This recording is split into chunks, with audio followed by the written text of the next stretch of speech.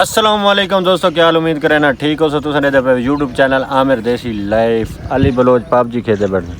खेल लिखो करें बैठे कोई ना हैं।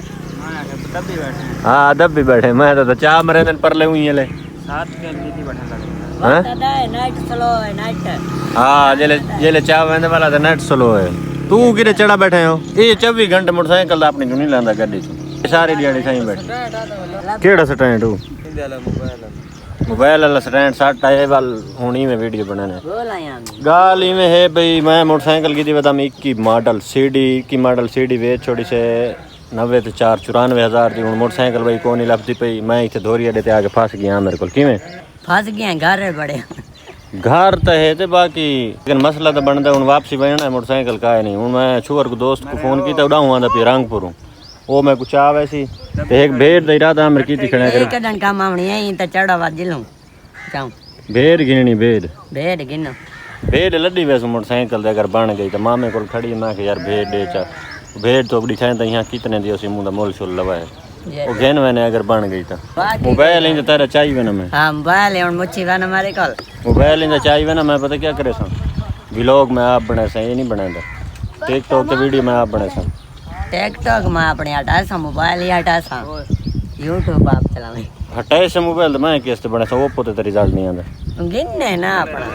हाल है चलो गिद्दी मैं गिनना पहले वाल मैं पैसे भरा इतने पैसे मेरे को कहा नहीं मोटरसाइकिल वाल ना गिना तो भेड़ दिखाए ना भेड़ तू देख के बनाए पूरी वीडियो दिखाए तो मोल छोल लवाए कि मैं चंगी भेड़ है इरादा बना खड़ा गिनने से मोटरसाइकिल भेड़ तो वैसे जा यार देख ना तू मोबाइल है कि दीवाना है गुजारे वाला चैनल तारे चल से अलग करे सिखाई दे ते बाद मोबाइल है मैं हटा गिन सा तू भी गिने हालो जी बहरहाल हाली तो मैं भेड़ दे दा जो अगर गिन दे तो की में लाडवे ने पता नहीं टांगपुर चंगा बोला 70 किलोमीटर तकरीबन बनता सफर जी हां ते हुन दिखाए ना तो भेड़ की हो जाई भेड़ जेड़ी गिननी है से गिन गी ते सारा जेड़ा मेहमान है वो पहुंच आया खैर नाल तकरीबन 30-40 किलोमीटर भुल्ला वदरे पहली दफा है ते वो मैं भेड़ दिखाना तो ये नहीं ये वदिंडू ते मैं गिदी ऊपर ले तो मैं जी भजी गार रे मोटरसाइकिल उरा मो कर आंदा इन मोल लावणे में भेज दे कितने दी गब्बन थई खड़ी महीने दी होसी तकरीबन में 3 महीने तकरीबन गब्बन थई खड़ी ये भेड़ गेन की मैं को भेड़ दा शौक है कि मेरे को माल भी खड़ा है तुसा वीडियो डिठी होसी ते हुन मैं को भेड़ दा शौक पांदा भी है 100 सुई वदी हां ये 100 सुई वदी है किथु सी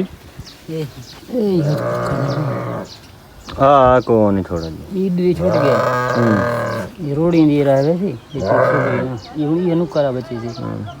अल्लाह खैर करे से छोटा जी है ना जख्म मसी तकरीबन छूटा खड़ा है भेड़ वैसे चंगी है नस्ल चंगी है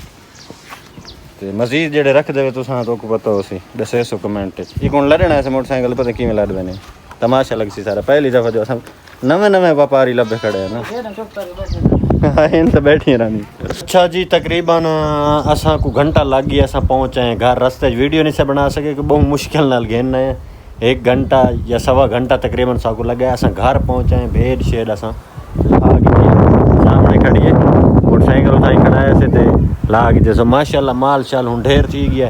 3-4 बकरियाँ थी गई एक भेड़ थी गई नाल 3 जड़ा ना गाई थी तकरीबन एक वैठ 2 गाई